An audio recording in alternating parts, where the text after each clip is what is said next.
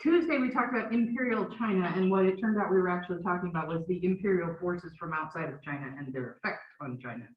When we talk about Imperial Japan, we're actually talking about Japan being imperial. So we're going to get started on that. I want to make sure that we back up just a little bit. Oh, wait 1 second. Let me make sure. Yeah, no, that's right. I want to make sure I'm in the right one. I have another one that looks awfully similar to this. Okay, so I want to start by backing up just a little bit and reminding everybody what the structure of Japan kind of looks like during this period. All the way back to like the 1500s. We're going to go back quite a ways. We're going to go back to really the 1400s, but just for a second, just to remind ourselves of what the structure is. Okay, so the islands of Japan were united under an emperor.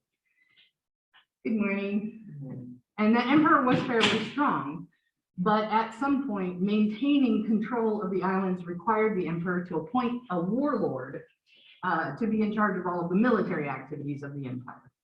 That warlord is called a shogun. He appointed a person who would be his second in command, who would be in charge of all of his military exploits, and that person is called a shogun.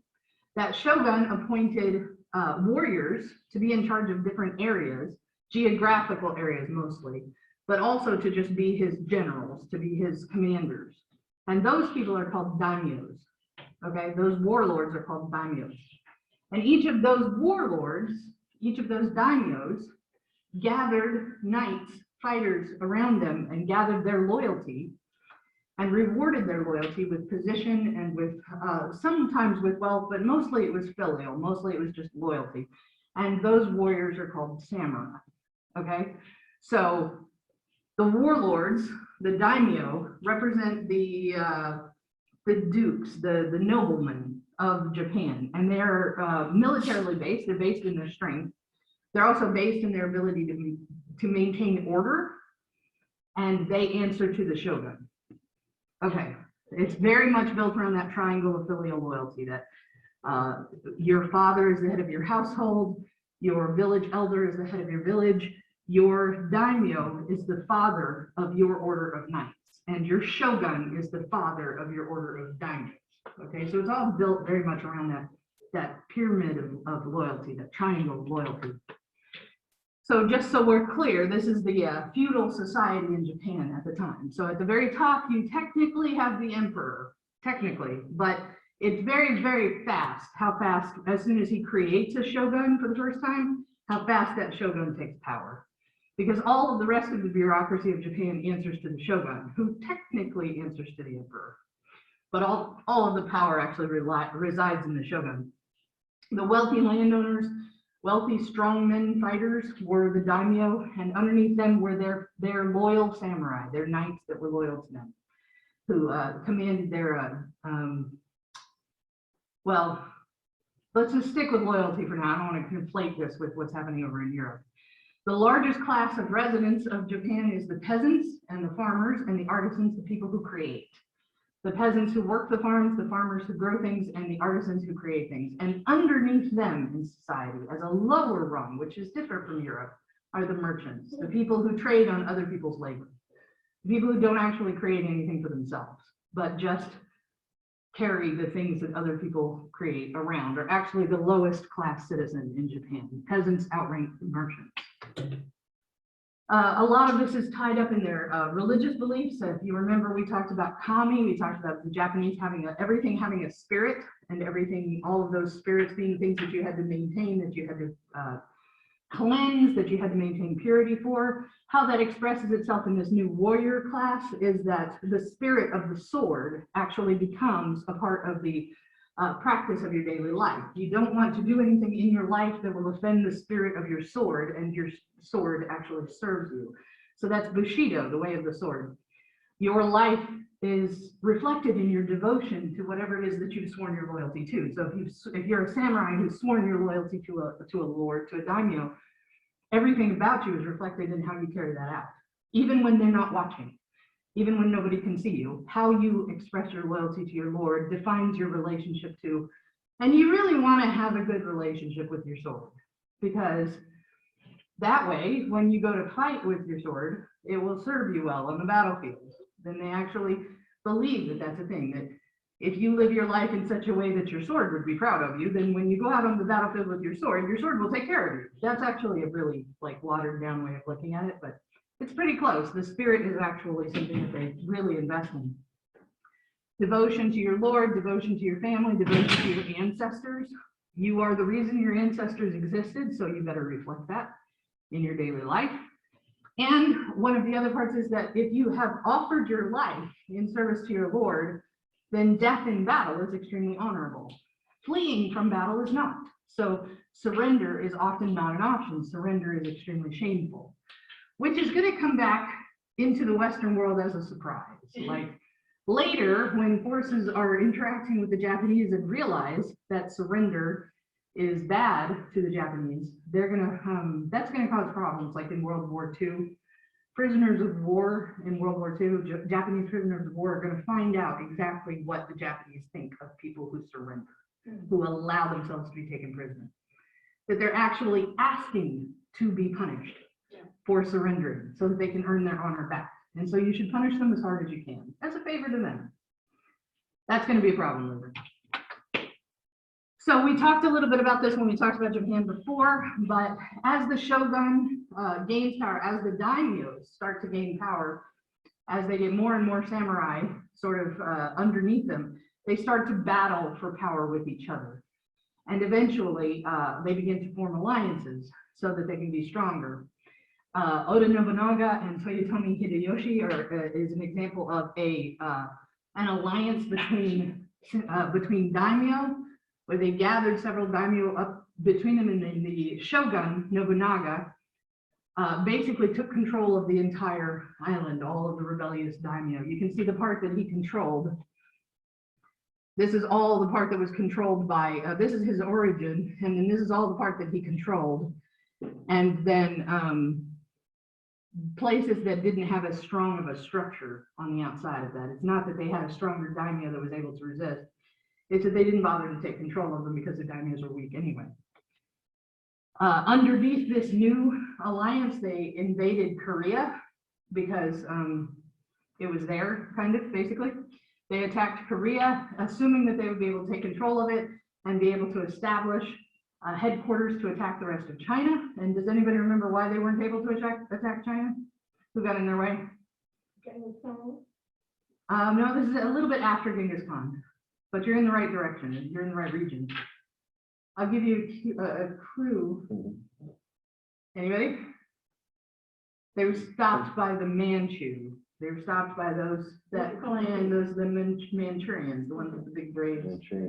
Yeah, they actually stopped them and pushed them back. And it's an epic battle that, if you're into Japanese culture, the Toyotomi cycle is actually something that people like.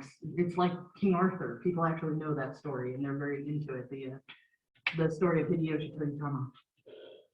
After his defeat and death, and Nobunaga's defeat and death, their second in command, Tokugawa Ieyasu, took over this massive coalition of daimyos. He took it over. He continued to maintain it. He led them to power. He took the emperor and put the emperor safely into a little box.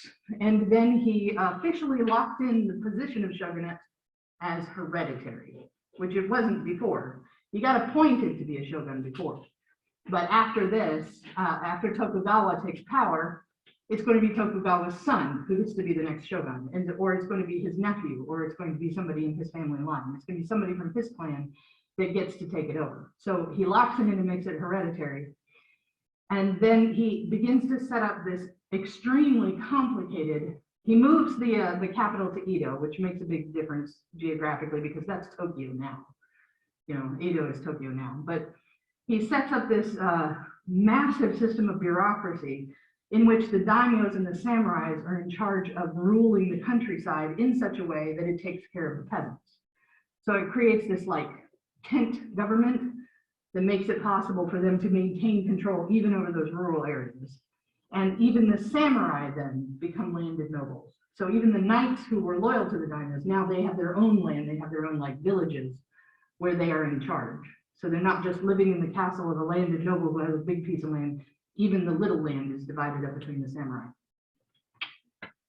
One of the things that Tokugawa does right off the bat is kick all the Europeans out.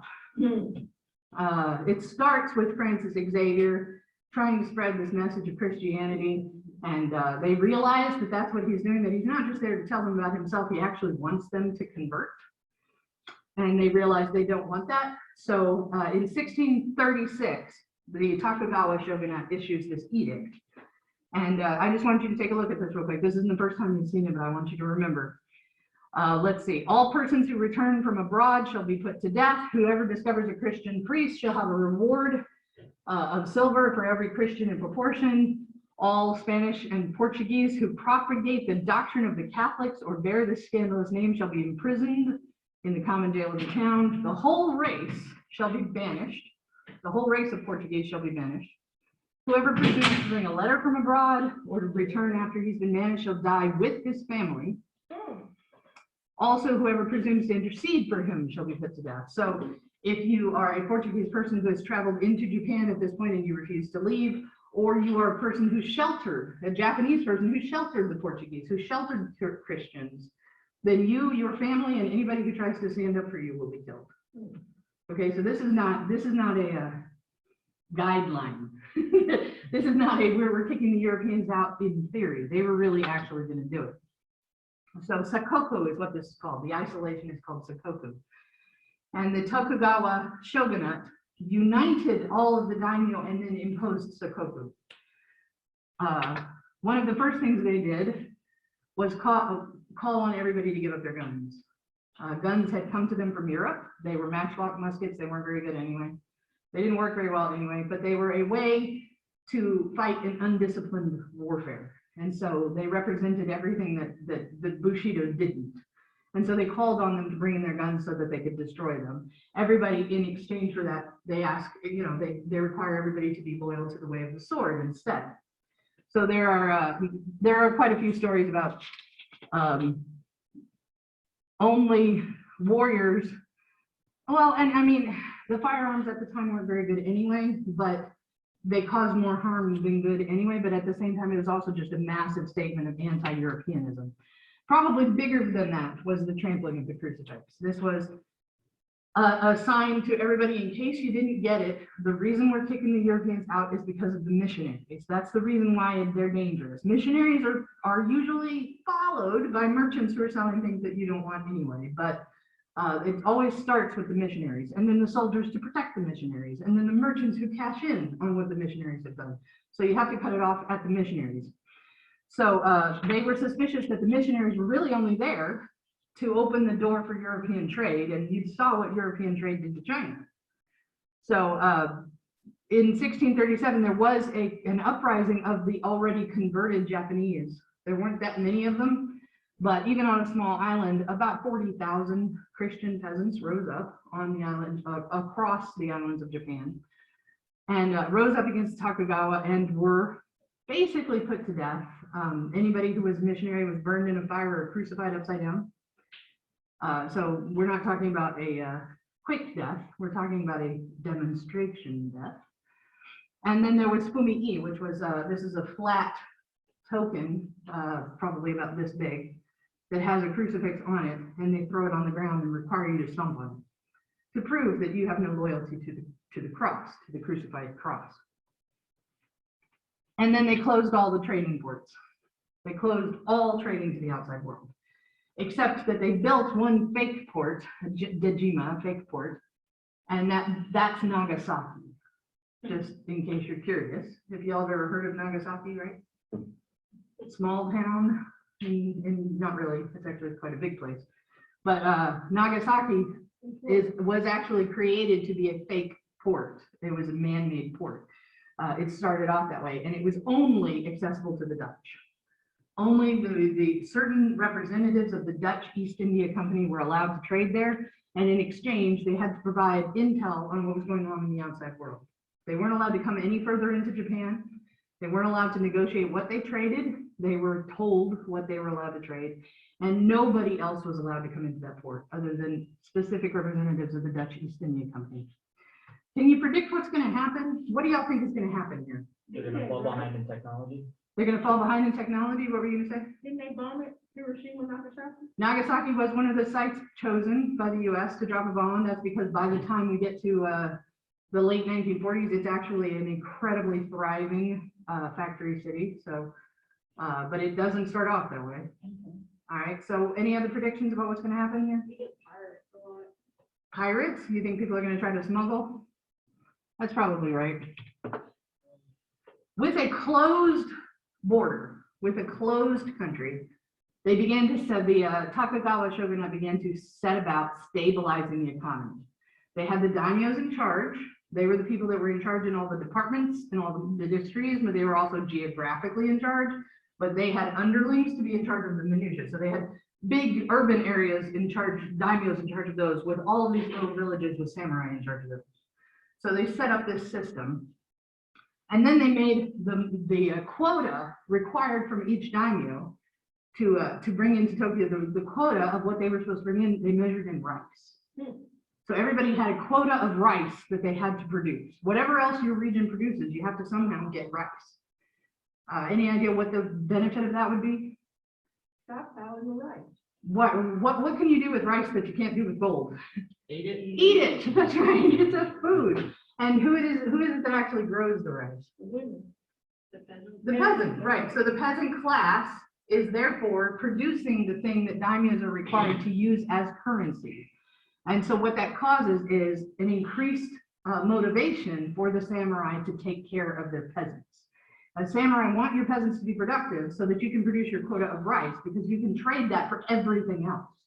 Anything else you could possibly need. And by the way, also, there's lots of rice, so there's lots of food. So in a lot of countries, what happens is that the peasant class has to trade their crops for currency, for gold or silver. And then that gold and silver is what gets traded on the market for other goods. And what happens is that the food can't get eaten because you're too busy trading it away. And so peasants starve. In this case, the peasants are encouraged to grow as much as they can so that the daimyo in their region will be as rich as he needs to be. And then that feeds right back into the population of the peasants. So it really goes a long way to stabilizing the economy. The other thing that they do is cut off all imports. Like I said, they close down trade with everybody, which doesn't just mean stuff that they're sending out, it means stuff they're bringing in. So y'all have been in pandemic world for a while now. What do you do if you can't get to a store? Kill a squirrel. Okay, let's go back a couple of weeks to when we were all snowed in. Order, well, you make do. You make do You with make your own bread. Whatever you have. whatever you happen to have. That's right. Whatever's in your pantry is what you make your food out of, right? So if you can't import anything into your country, what do you do with the goods in your country? You figure out new ways to use them so that they meet all your needs. Okay, so the economy that results out of this is an economy that feeds its peasants and also does not need anything from the outside world, which will later put them in an incredibly strong trading position because they don't need anything.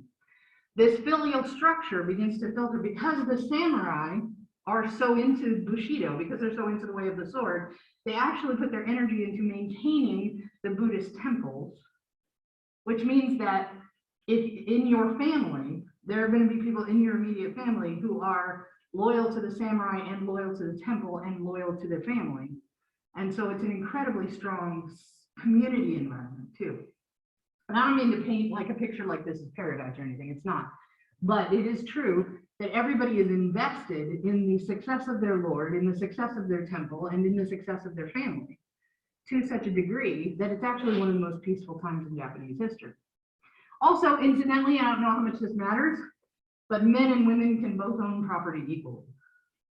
So it's just as possible for the oldest daughter of a family to inherit a piece of land as it is for the oldest son, which means that negotiations between families and marriages and stuff can come with extra land, and women can manage their property as easily as men manage their property. They have access to it. They don't automatically have to hand it over to a man in order for it to be managed. So it's an extremely stable economy. Is there a party in the hallway or something? Go. All right, sorry. Like, there's a walkout happening. Okay, so in this stabilized culture, several things that develop that are unique to Japanese culture that don't develop in China, that don't develop in that eventually develop in Korea because Japan brings them. But there are several things, ways of expressing themselves that are unique. They have what's called the No Theater. No. And No productions they're fun to watch. They're dance dramas, so they include fan movements and drumming and instrumental, but it's mostly like charade. It's mostly miming, kind of a little bit. It's the movements all have meaning, but they tell epic legend stories through the No Theater. They tell the big legends that way. On the other side of that, they have Kabuki Theater, It's all men. which is all women. Oh, is it women? Yeah, all the roles in Kabuki Theater played by women. All the women, they're all women, but they tend to be plays about ordinary life, plays about, things that everybody sort of recognizes, but also really ribald and like lewd sometimes, like racy, scandalous stories. All the Early meme roles, culture. I'm sorry? Early meme culture. Yeah, probably. Well, I mean, I don't know, the Office, on stage, I guess, like that. But also, most of the actresses involved in Kabuki Theater also moonlighted as prostitutes. So to attend Kabuki Theater, and they were honored for it. I don't want you to get the wrong idea. This wasn't something that was frowned on. This was like, they have all their gifts to offer. So Kabuki Theater was something that was developed. They also developed a new form of poetry. And the development of a haiku seems like, to us, when we write a haiku real quick, we're just counting syllables, but there's so much more that goes into it. The crafting of a good haiku requires intense meditation and study and an awareness of how sound works and what meanings of words are, and double, triple, quadruple meanings of words. So a good haiku poet was a valuable thing to be. And a new form of art called the floating world, ukiyo-e, I think. I don't say that word right usually, but the floating world it's the world between life, between awake and asleep. It's the world that exists between when you wake up and when you go to sleep. So it's a world of abstract, it's a world of emotion, it's a world and to try to capture it in painting, a lot of times would include trying to capture not just a landscape, but several layers of depth around that landscape that also portray an emotion, because the floating world is a dreamscape. It's a place where you dream. These will become incredibly popular. Paintings like this will sell in Europe like crazy if Japan ever opens up its borders and allows them to be sold. Once they do, they become like incredibly valuable. So these are all things that they develop during this time of isolation. They develop kabuki, they develop no theater, they develop haiku, they develop the floating world, they develop new crafts that use the materials that they have, new industries that use the materials that they have, that are completely unique to Japan, that they then use for everything because they don't ever trade anything in. So this is how, during this time period, so it was 1636 that the edict was issued, 1636, the edict kicking everybody out. The first open trading that happens doesn't happen until the 1830s. Okay, so we're talking about centuries of isolation. And during that time, the economy genuinely became something completely different from what existed. Now, there were several attempts to break this isolation. If you want to have some fun, go on Wikipedia and look at Tokugawa seclusion and or Sakaku, and then look at the list of different people who tried really hard to break into Japan. There's a list like this long. For example, there were American traders who tried to bring opium into Japan and were shocked. Wait a minute. They had 17th century cannons on their port cities in Japan. They had cannons, and if a ship tried to approach, they just shot them. They were just like, no, and shot them. But they especially were brutal to anybody who was trying to bring in a product like that. So if you tried to land an American ship in Nagasaki in the port and opium was what you had to trade, they didn't let you leave. They just shot you. They didn't want that to happen to their country. There were various Europeans who tried really hard to use the Dutch flag to trade at Nagasaki. Like they borrowed Dutch ships so that they could sail into Nagasaki, but they didn't have the proper credentials. Then they were just escorted back out of the bay and told, please don't come back. There was an Australian prisoner ship that actually was aiming for Shanghai. It was a prisoner ship where The prisoners had risen up against the ship and taken it over and had tried to sail it into Shanghai so they could be free. And they missed Shanghai and ended up instead in one of the port cities of Japan. And they were starving and they were dying of thirst, and Japan sunk the ship. So, and then there was one instance where an American ship actually rescued 22 shipwrecked Japanese sailors, and therefore was allowed to come into Nagasaki port, and were thanked and then told, please don't ever come back. So there were several attempts to break this seclusion, but the only out-world people that were allowed to was the Dutch East India Company, and even then only credentialed and only at Nagasaki. However, in the early 1800s through like the 1850s, things started to, so it took a couple hundred years for this economy to start having trouble, but it did actually start having trouble. Because you can feed all of your peasants, the peasants have more children. And as the population grows, it becomes harder and harder to keep them fed. Even with the rice-based economy, it becomes harder and harder to keep them fed. So there's a big population boom, and then there is a famine that follows that population boom because there's less and less room to plant rice. I mean, we're talking about a series of islands here, and they're pretty big islands. Japan is big for an island. They're pretty big, but they are still limited amount of space, and they are still secluded, and they're not expanding at all into other places. There was a rash of infanticide in the wake of this population boom / famine, where families were actually killing off their children because they couldn't afford to feed them.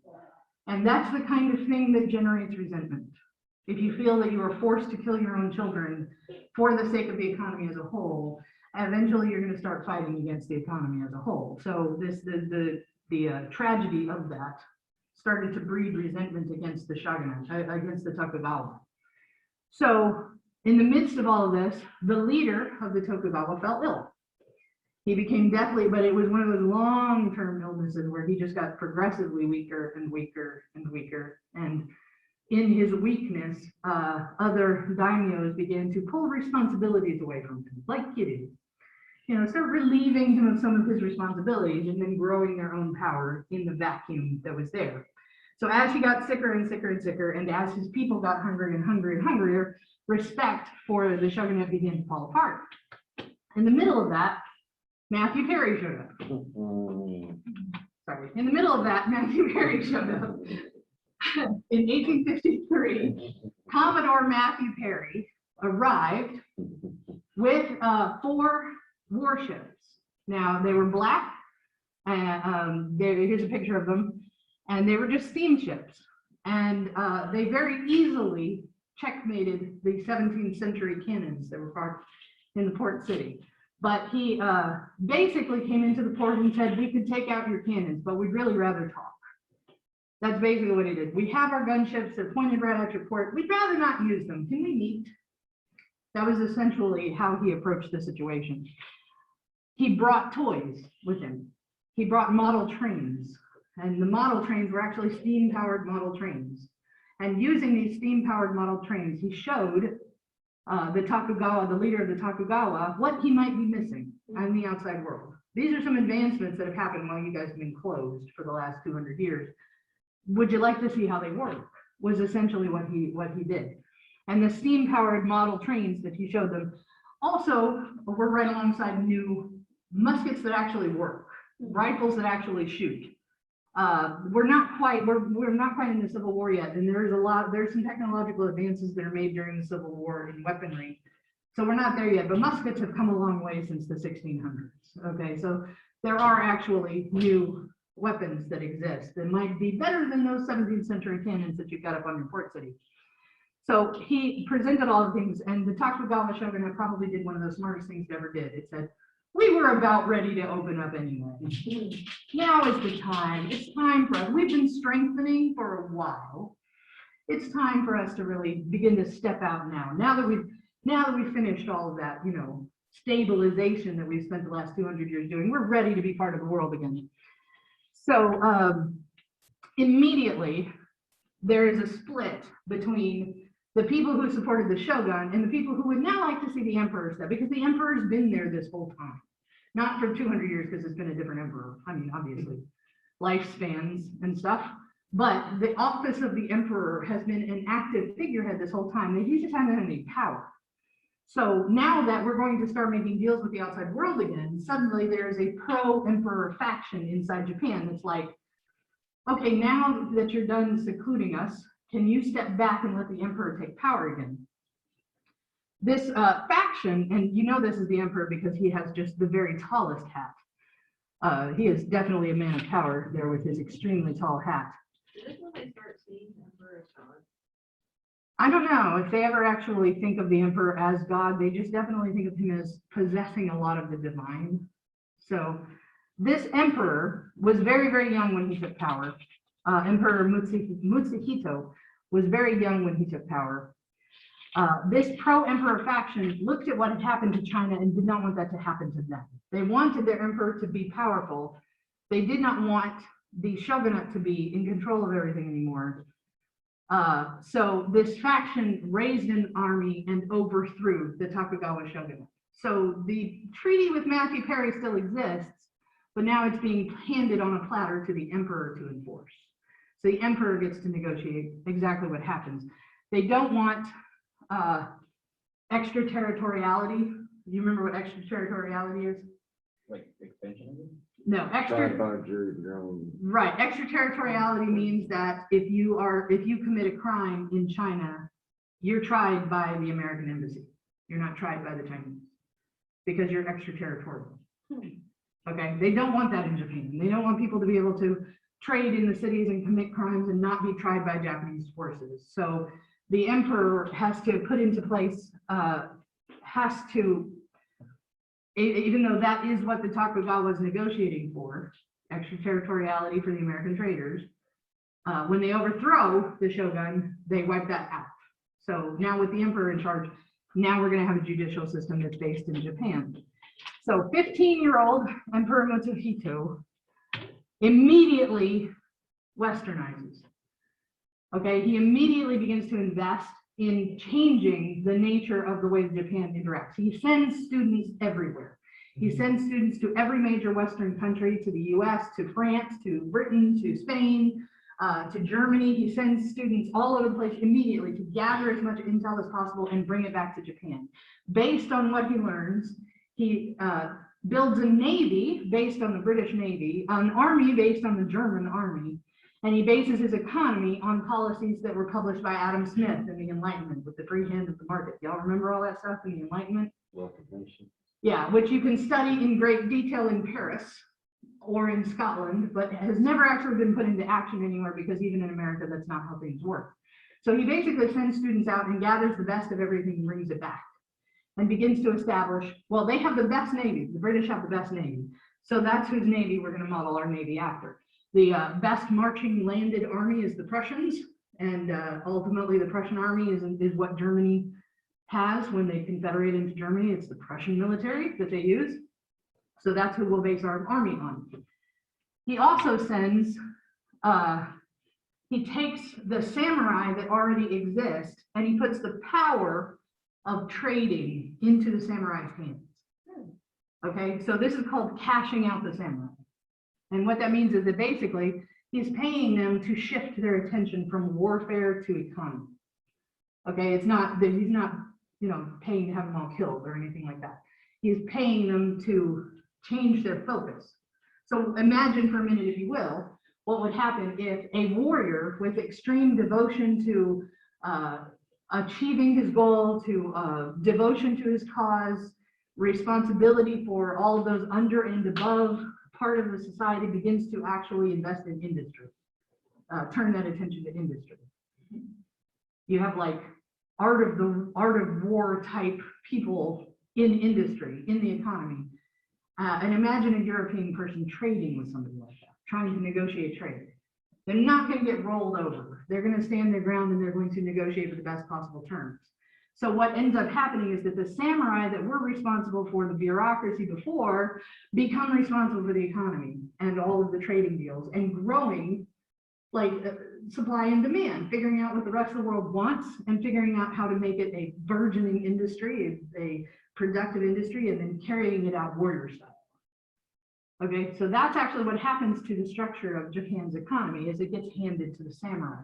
We still have that. Okay, the families that are in charge of the Japanese economy now are the ones who came from this system. And how does that reflect in your daily life? Anybody want to guess? Y'all got any Japanese products in your homes? Yeah, I mean, they take over an industry and then they take over all of the aspects of that industry as a family. So like the person who produces the keyboard keys for your laptop might be a different part of the family than the person that produces the software, but they're all part of the same family. Sony is the biggest. Right. This is called zaibatsu. Okay. The zaibatsu system is what this is. It means that, okay, to take it, I guess to take it as simply as possible. If your family, if your samurai family, if your daimyo is responsible for a shipping company, that means that you need to build ships, right? So what will you need? You'll need timber, you'll need sails, you'll need rope, you'll need tar, all of the things that go into building a ship. So what if different members of your family are responsible for all these different pieces? And then what if it's not as lucrative or profitable to make tar as it is to make canvas sails? So the tar part of the family is having a little struggle financially that the sail part of the family is not. That's okay, you're all part of the same family. So they'll invest in each other so that the whole family's industry can be afloat. By dividing the industry up into pieces and having the family responsible for all the pieces, you end up, if it's a successful shipping business, everybody benefits. Because you're not buying sails from somebody outside the family. You're not buying tar from somebody outside the family. They're all being produced inside your family. So that's zaibatsu. And the Japanese still do that. They did that all the way up until somebody was arrested like 2 years ago in the middle of a zaibatsu situation because they were producing something to do with cell phones. I don't remember what it was. Motorola, maybe? Is that what it was? I remember what you're talking about, Yeah. but they're now looking into it a lot more. Yeah, and apparently if you're protecting your family, sometimes you'll do it in a way that's not entirely in the up and up, which is why they got in trouble. But anyway, this system of keeping all of the pieces of an industry together, that's called zaibatsu. The other thing that the emperor sent out for was constitutional language. He went out and gathered the constitutions from all of these countries that now had constitutions. So the English overthrew their monarch for a little while and developed a parliament with a constitution, and now they have a constitutional monarch. Let's borrow their constitution and look at it. Let's look at the American Constitution that was written in the 1780s. Let's look at the French Constitution that was written during Napoleon's time. Let's gather all of the constitutions together and see who has the best language and use that to design a Japanese constitution. Okay, so the Meiji Emperor, which is Morihito, that's the Meiji, that's Meiji, sent diplomats to every enlightened country in the West, gathered their constitutional language, and then wrote a constitution. And that was your reading assignment. Did anybody get a chance to look at it? Yeah, I read it. All right, you have any thoughts, Sam? Oh, yeah, a lot of familiar stuff. They have a probable cause clause, right to trial, no illegal search, right to property, freedom of religion, freedom of speech. Sounds very familiar. Yeah, and it's divided into articles, much like the American Constitution was. It's divided into articles, and a lot of what we have in the Bill of Rights is actually incorporated into those articles. Remember, the American Constitution was written to give power to the federal government, and the amendments were written to take that power back away and give it back to the citizens. So the Bill of Rights was written to take power away that had been given to the federal government. If you roll it all together in the first draft, you don't have to do amendments. You get to put it all in the articles. And so your assignment, which I don't see when I look at Blackboard, so I must not have actually saved it so I'll upload it later. Your assignment is going to be to look at this Meiji Constitution and find the things that are similar to the American Constitution and at least one major difference. And just identify what major difference they incorporated that America did not. And they're there, the differences are there. So make sure to take a look at that. The other things that they did were to make sure that Japan stayed ahead of the curve and maintained its position of superiority over the trading empires of the West, is that they had massively increased infrastructure. That model train that Matthew Perry brought with him inspired the emperor immediately. So between the 17th century cannons that were guarding the city until 1853, by 1895, so from 1853 to 1895, that's like less than 40 years. In the course of less than 40 years, Japan had cross-country railroads, telegraphs, telephones, and were doing all of the business in three-piece suits in 40 years. So immediately they imposed as much structure. And this is, Sam, you brought this up on Tuesday. This is where you see things like The Last Samurai, where they hired a Civil War general to come and teach them how to fight on the battlefield using Civil War weapons, which the samurai holdouts, the traditionalists, objected to because they felt like that meant that they were setting aside 200 years of tradition in order to basically win battles, and there's no honor in that. But that, what you saw in the beginning of that movie was one of those negotiated things where the emperor sent out people. And in light of what happened in China, you kind of understand why he did it. Tradition is wonderful, tradition is great, but the spirit of the samurai attitude they keep in the economy, but the technology they update immediately so that they can negotiate their own trade deals so they don't get overrun the way that the Chinese did. They begin to impose mandatory education. All children in Japan are schooled in how to speak in European languages immediately from the beginning of school. Like they're immediately schooled in how to speak European languages, French, English, German. And then also they're taught to worship the emperor, just in case, so that they remember to keep their priorities straight. They can interact with anybody outside of Japan, but their worship of the emperor is something that's indoctrinated pretty early in their education. So they'll keep their priorities straight, but they'll be able to interact. And that's mandatory education for all children. And the last thing that they do is they begin to bring in European. You remember how I told you that the kabuki actresses were also all prostitutes? Mm-hmm. And everybody was fine with that? Well, apparently that's weird to the Europeans. So in response to that, Japan begins to institute some European morals that are different from what they believe, but in order to make Europeans feel more comfortable without changing too much. So they begin to do, like, move the kabuki theaters and the brothels to a part of town that's separate from everybody else, to a district, yeah, to a pleasure district where you can go, but when you're just walking down the street, you're not going to accidentally, trip over a prostitute in the street, which I guess was a problem before. So that the Europeans will feel more comfortable walking around the cities, because they won't see that unless they choose to. And if they choose to, it's definitely there where they can get to it, but they can also avoid it if they want to. And that makes Europeans more comfortable and also keeps Europeans in predictable areas, which makes it easier to keep an eye on them. It's a sneaky thing, but it's true. Bathhouses are still because remember, one of the spirits of kami is purification. So bathhouses are still very common, but just as a nod to the Europeans, we'll have separate entrances for men and women.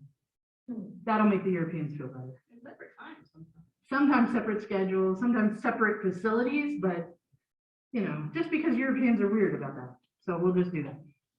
So, but one big thing that the Japanese felt like they needed in order to stand toe-to-toe with the Europeans was, what is it that the Europeans have right now? What are they doing right now that marks them as imperial countries? Military. They have militaries. We already talked about the militaries. What are they doing with those militaries? Okay. Expansion. Expanding, that's right. If you want to really stand toe-to-toe with France and Germany and England, you need to be an empire, and that means expanding. So, see what you did. right, I know. So Japan is like, if we want to be viewed as an equal and we want to maintain our, equality with these other nations, then one of the things we're going to have to do is that thing that they do. So we need to colonies. We need colonies. We need conquest. So let's go back to Korea, because that seems to be the closest one. That's always where they start. So to stand toe-to-toe with Europe, Japan invades Korea. Do you understand why they would do that? Because it would offer. Yeah, it offers them, look at us, we're expanding too. And Korea, we've actually fought in Korea before, so we're familiar. It's been a while, it's been a couple hundred years, but we have.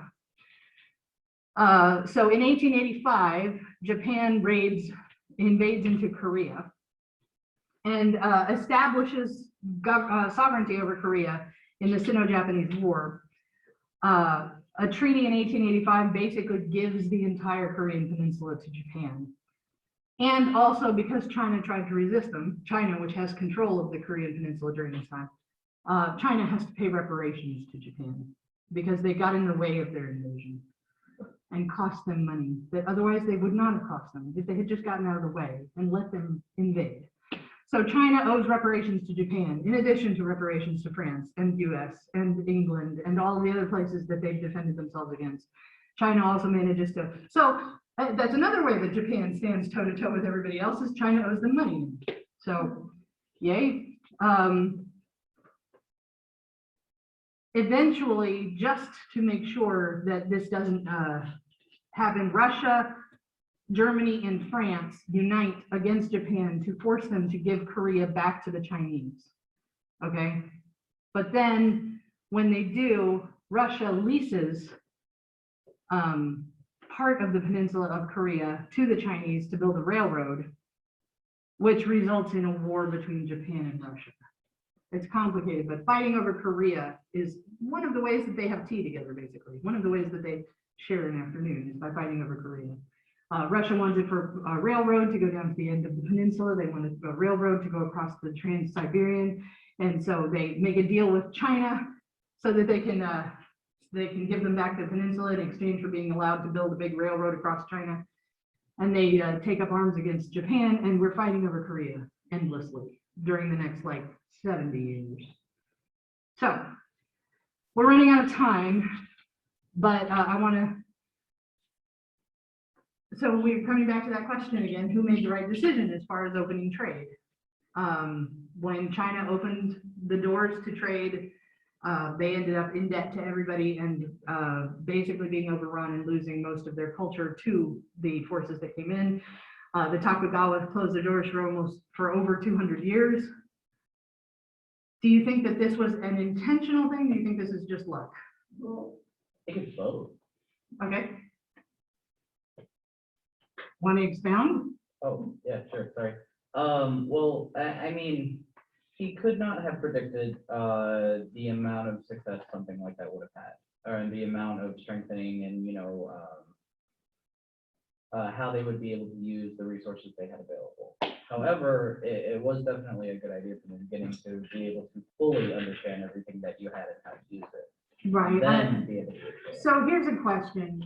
All throughout modern history, we have people who want to do something similar, who want to institute an isolationist, that's what this is called, isolationism, who want to introduce isolationist policies. As a matter of fact, in the run-up to 2016, most major European countries had parties that expressed strong isolationist language. For example, Brexit. You know, Britain wanted to isolate. They wanted to be separate from the European Union. They wanted to be able to close their borders. If what would they need to do to make that something that actually benefited them? Based on what Tokugawa did, what would Britain need to do in order for their isolationist policy to actually be fruitful? Close trade with everyone. They'd have to, but then what would they have to They do? would have to Then they support have to every self-sufficient. single citizen. Say again? They would have to support every single citizen. They would have to support every single citizen within their borders, and they would have to become self-sufficient, I hear. Yeah. Can you see Britain doing that? No. Any particular reason? Well, because of how it did all of its expansionism and stuff. Right, like where do that. most of the products in Britain come from? Other places. Britain has a limited economy. They have a limited ability, and their citizens right now are used to a global economy. Their national dish is literally curry. Their national dish is curry, okay, which comes from India. But as it stands right now, the citizens of Britain are used to a global economy. They're used to being able to have things from all these other countries.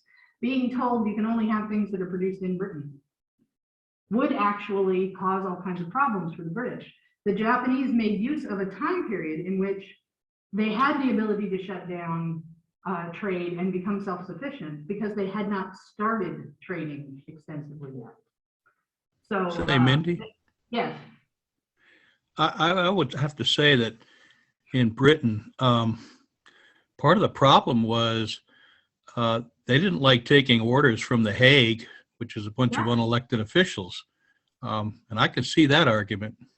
Yeah, I mean, that's true. That isolationist policy does come from somewhere. It comes from the other extreme, which is having no sovereignty over yourself, having to receive orders from the EU, especially when it comes to allowing immigrants or refugees into the country. That was the biggest argument, was that refugees were coming into Britain, and then there were also some economic decisions that were kind of out of their hands too. So I understand where it came from. But in order for that isolationist policy to be successful, they're going to have to make some massive changes to their economy. And Tokugawa was smart. He kept an ear open too.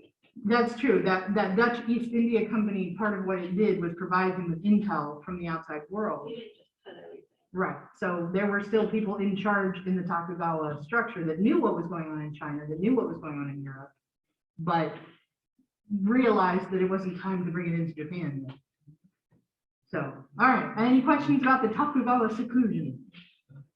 Okay, so we have now caught up our Asian countries with our European countries, and we are all now basically up against like 1880 and 1890. So that's where we are in the world. We'll come back next week and we'll talk about what happens in the late 1800s with all this nationalism and romanticism and the open trade in Japan and all of that stuff that makes the world a really interesting place. All right, any questions? I'll make sure to post that assignment. I'm not sure why it's not up there. This is not it. This screen that you've got right there, that's not the assignment. So I'll post the assignment to look for it. It's the one assignment you have this week, because the other thing you have this week is A paper. a paper. Yes. All right. So y'all have a great weekend. Cindy, it wasn't Motorola. Motorola is Chinese. I'm sorry. Motorola is Chinese. Well, I don't know what company is thinking of them, but it was a Zaibatsu company. I looked it up and I don't think it has a formal name. Like it's just under a family name. Yeah, I can't remember exactly what it was they produced, but they got in trouble for corruption within their family. But it was a Zaibatsu family. It was a product creating You still see that. You see that in the family. Bailey, I didn't see you come in before. Good morning.